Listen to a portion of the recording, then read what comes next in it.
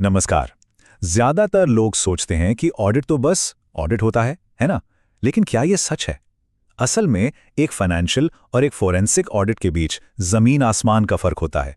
और यही फर्क तय कर सकता है कि कोई बड़ी धोखाधड़ी पकड़ी जाएगी या हमेशा के लिए छिपी रह जाएगी। तो चलिए आज इस अहम अंतर को समझते हैं।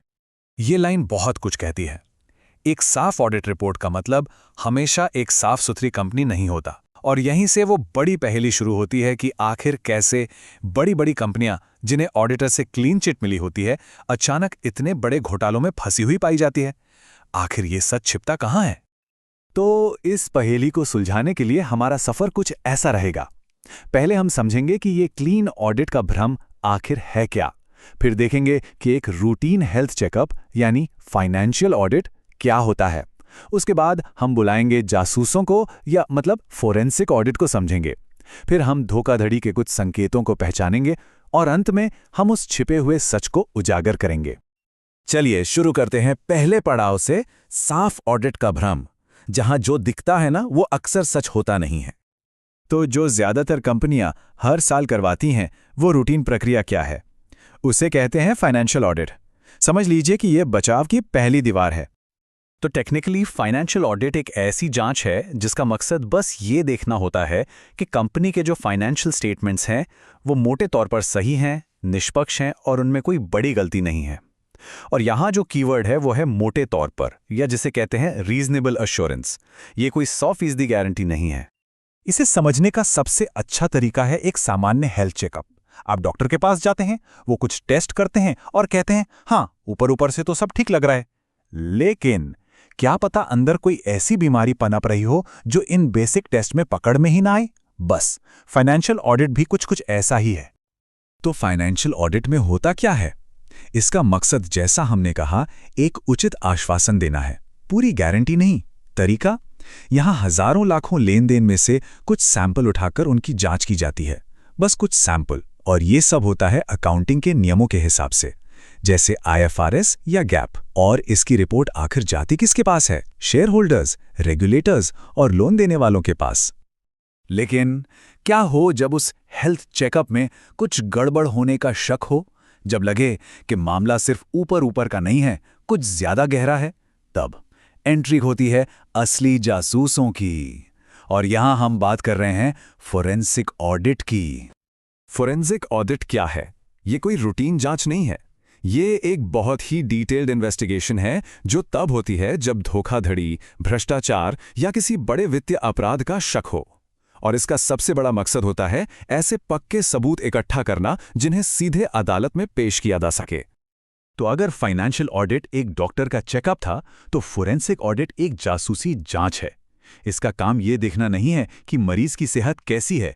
इसका काम तो ये पता लगाना है कि अगर मरीज को जहर दिया गया है तो वो किसने दिया, कब दिया और कैसे दिया। ये बिल्कुल तह तक जाता है। तो जाहिर है इसका तरीका भी बिल्कुल अलग होगा। मकसद साफ है, धोखाधड़ी और गड़बड़ी की जांच करना। यहां कोई सैंपलिंग नहीं होती, जी नहीं। हर एक संदिग्ध लेन देन की जड़ तक पहुंचा जाता है। इसके लिए इंटरव्यूज, दस्तावेजों की पड़ताल और यहां तक कि डिजिटल फोरेंसिक्स जैसी तकनीकों का भी इस्तेमाल होता है। और इसकी रिपोर्ट वो शेयर होल्डर्स के लिए नहीं, बल्कि अदालतों, पुलिस और वकीलों के लिए तैयार की जाती है। तो चलिए दोनों को एक साथ रखकर देखते हैं, फर्क साफ हो जाएगा। फाइनेंशियल ऑडिट का मकसद है कंपनी की वित्तीय सेहत पर एक राय देना, वहीं फोरेंसिक ऑडिट का मकसद है धोखाधड़ी की जांच करना। एक में सैंपलिंग होती है, दूसरे में हर चीज की गहरी जांच।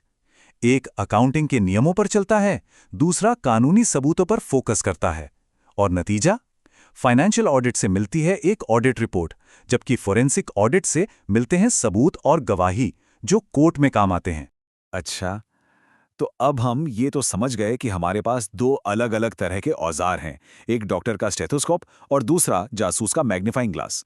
पर सवाल ये उठता है कि वो कौन से संकेत हैं, वो कौन से सुराग हैं जिन्हें देखकर ये तय किया जाता है कि अब डॉक्टर से काम नहीं चलेगा, जासूस को ही बुलाना पड़ेगा।